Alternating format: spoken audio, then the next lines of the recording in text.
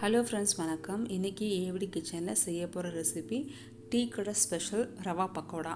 School விட்டு வர குட்டீஸ்க்கும் சரி, வீட்டில் இருக்க பெரியவங்களுக்கும் சரி, ஈவினிங் டைம் ஹெல்த்தியான ஒரு ஸ்நாக்ஸ் அப்படின்னா இதை இன்றைக்கி தாராளமாக செஞ்சு கொடுக்கலாம். தேவையான பொருட்களை பார்த்துக்கலாம். ஒரு பவுலில் 3/4 கப் அளவுக்கு ரவை எடுத்துக்கோங்க. இது கூட ஸ்லைஸ் பண்ண ஆனியன் 1 கப் சேர்த்துக்கோங்க. நீங்கள் இது கூட வெஜிடபிள்ஸ் கேப்சிகம், கேரட், கேபேஜ் எது வேணால் சேர்த்துக்கலாம். நான் இன்றைக்கி கேரட் சேர்த்துருக்கேன். நீங்கள் சேர்க்குற வெஜிடபிள்ஸையும் ஆனியன் மாதிரியே ஸ்லைஸ் பண்ணிக்கோங்க. அப்போ தான் பக்கோடா உதிராமல் வரும். ஸ்லைஸ் பண்ண கேரட்டை சேர்த்தாச்சு. இது கூட ஒரு துண்டு இஞ்சியையும் ஸ்லைஸ் பண்ணி சேர்த்துக்கோங்க. 10 பல் பூண்டை க்ரஷ் பண்ணி சேர்த்துக்கோங்க. நான் இன்றைக்கி இஞ்சி பூண்டை க்ரஷ் பண்ணி சேர்த்துருக்கேன்.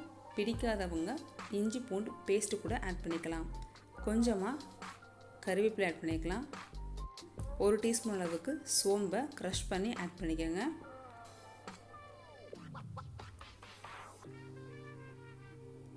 அப்புறமா இது கூட 1 டீஸ்பூன் அளவுக்கு உப்பு சேர்த்துக்கோங்க.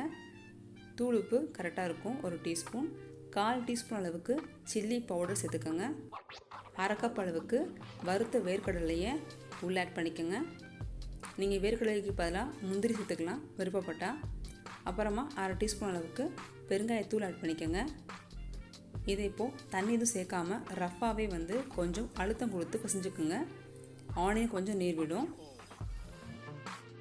இது கூட 1 டீஸ்பூன் அளவுக்கு மஞ்சள் தூள் ஆட் பண்ணிக்கோங்க.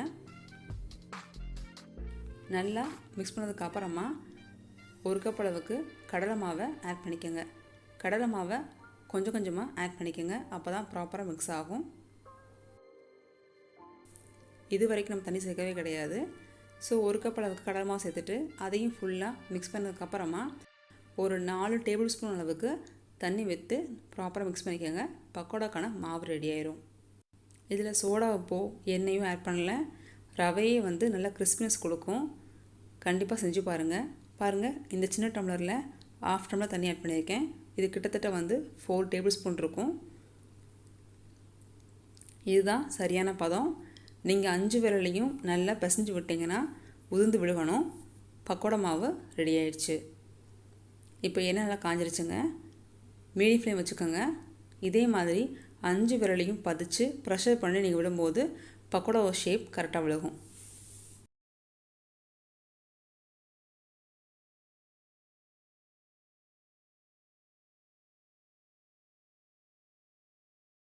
மீடியம் ஃப்ளேமில் இது வேகட்டும்.